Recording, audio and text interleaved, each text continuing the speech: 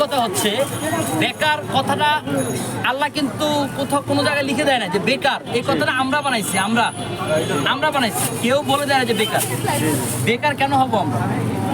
আপনার হাতের কাজ যারা হচ্ছে গিয়ে ইন্টার পাস করছে তাদের বিষয়ে একটু বলি।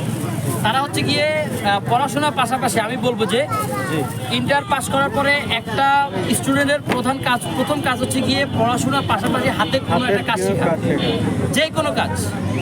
আমি যদি দেশের কাজ থাকি, চাকরিতে প্রথমে যখন আপনি ইন্টারভিউ দিতে যাবেন তখন আপনাকে সবার আগে জিজ্ঞেস করে আপনার অভিজ্ঞতা কি। তাহলে আমরা শুধু পড়াশোনার পিছনেই ছুটি, আমাদের অভিজ্ঞতার পিছনে ছুটি না।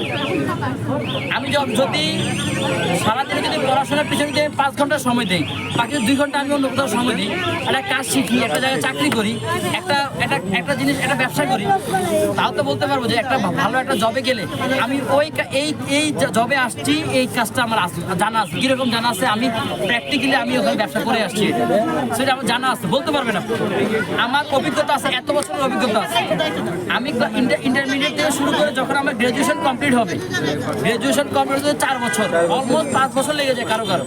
5 বছর যদি একটা কাজ আপনার জানা থাকে, 5 বছর পরে যখন আপনি জব সেক্টরে দাঁড়াবেন তখন বলবেন যে গত 5 বছরের আমার একটা অভিজ্ঞতা আছে, আমি ছোট ছোট কিছু কাজ করছি বা জানি এই কাজগুলো, তখন কিন্তু আপনার চাকরির জায়গাটা কিন্তু অনায়াসে ইজি হয়ে যাবে। কিন্তু আমরা যদি পড়াশোনার পিছনে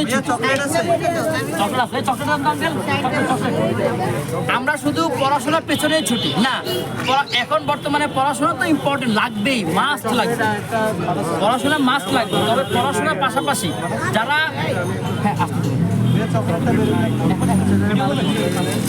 যারা ইন্টার পাস করছে, রিসেন্টলি যারা ইন্টার পাস করছে তাদের বিষয়ে একটু বলি।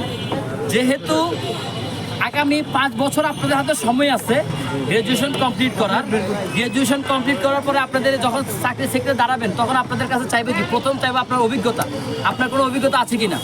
যদি আপনার অভিজ্ঞতা থাকে আপনার স্যালারি বাড়বে, অভিজ্ঞতা নাই আপনি একদম নিউ প্রেশার, আপনাকে কোনো দাম দিবে না, আপনার কাজ শিখে নিতে হবে। এই কাজটা আপনি এখন থেকে শুরু করেন। পড়াশোনা করবেন না, পকেট নাই, পড়াশোনার পাশাপাশি হাতের কাজ 2-1টা কাজ শিখে রাখেন। যদি দেশে কাজে না লাগে, দেশের বাইরে 100% কাজে লাগবে, 100% কাজে লাগবে দেশের বাইরে। এছাড়াও যদি মনে করেন যে না আমি ব্যবসায়ী হব, তাহলে এখনই সময়। যারা ইন্টার পাস করছে তাদের এখনই সময়। আপনি এখন থেকে যদি কিছু একটা শুরু করেন, আগামী 5 বছর আপনার পড়াশোনা চলাচল অবস্থায় 5 বছর পরে যখন আপনার গ্র্যাজুয়েশন কমপ্লিট হবে, আপনি হয়তো 5 বছর পরে একজন সফল উদ্যোক্তা এবং ব্যবসায়ী হয়ে যেতে পারবেন। শুধুমাত্র এখন থেকে যদি আপনি একটু স্ট্রাগল করেন। আমরা কি করি?